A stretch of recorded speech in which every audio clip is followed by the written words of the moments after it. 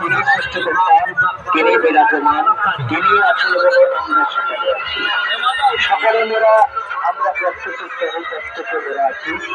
যার কর্মের তাগিদে, যাদের কাজের তাগিদে আমরা সকলেই কাজে থাকি। ওরা মেয়েদের অনুষ্ঠানের কাজগুলা আমাদের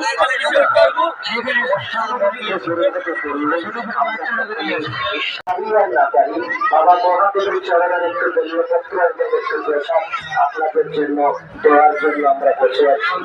কারণ সবাই কর্মব্যস্ততা মানুষ, আমরা তখন কেমন অবস্থাতে আছি হয়তো বাবার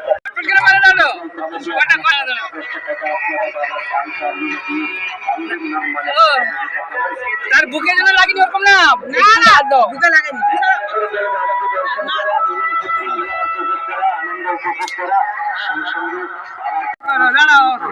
এই যে